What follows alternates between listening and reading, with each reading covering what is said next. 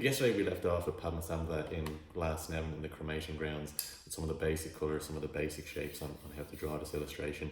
So today is all about colour mixing. So, you've got the flames here. How do you go about mixing your colours? Red first, yellow, orange, whatever it might be. So here's a little tip for today. We have some of the red here. And again, always start with the lightest shade first. So if you were to look at what we have here, we've red, orange, and yellow of the charnel grounds, the cremation, whatever you want, a bit of fire. Really what you want to do is always start off with the lightest shade and work your way up when you're working with pencils. So we've got our three shades here. We've got our yellow, what we filled in yesterday, orange, and our red. So again, there's a bit of white in the background here. So just, again, if you bring the pencil to the side of the page, it can create quite a subtle effect. And again, so we're going to work our way up. So we've got our three shades here. So we have our yellow, orange, and red. So yellow's done. We'll move next to our orange, so we can start shading that in like so. Okay, and then again, the red, a bit like yesterday, we had the sun coming in over there. So everything on this side of the page is going to be slightly cast in shadow. So as the red is, it's going to create that lovely shadow. So again, we can pop in some of the red here, which, just helps the flames to stick out a bit.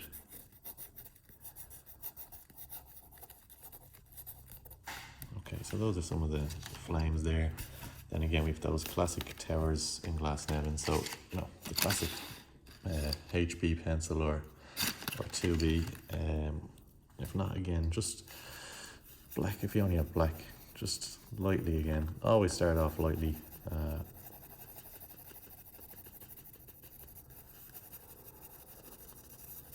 And just keeping in mind, okay, we've loads of bricks there, but we only need to pop in one or two, and our mind fills in the rest. So again, we've got if you want to make it look kind of less flat, imagine we've got all the light coming in this side. So again, we'll just lean a little heavier on this side, just to cast a little shadow, bring in a bit of the physical dimension into the page. Again, over here.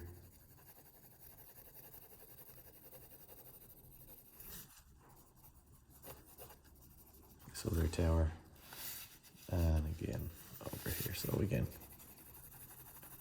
just popping in the shapes. Again, some of the shadow on this side. Imagine the sun is coming in over here. So anything on this side, it's going to be a bit slightly darker. Okay, and again, we've got some more of the charnel grounds down here as well. So again, starting off with our yellow. So that's kind of today's lesson, is when you've got the three shades, always start off with your lightest one first, work your way up, and then finish off with the darkest shade.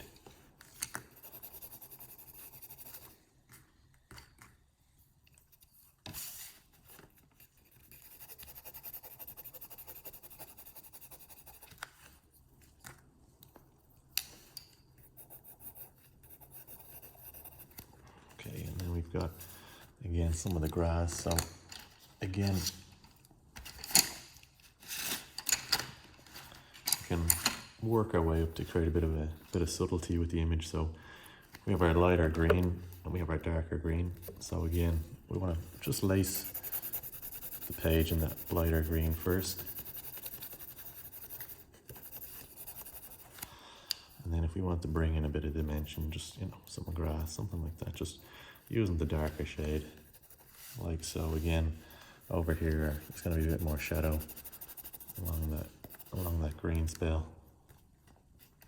And yeah, we'll start popping in some more of the people in the background there. Again, just back to our classic shapes. We have our triangle, our circle, our square, and our Kit Kat. So again, always coming back to the horizon line. So this is a little line down the center of our page. And if you want people to look far away, just always keep drawing the heads on that line, but just make them a bit smaller. It's a classic tip from James Richardson's Urban Sketching and Freehand Drawing, a book I really recommend for drawing kind of landscapes and things like that. So with people there in the background, we might do the classic Dublin jersey colours.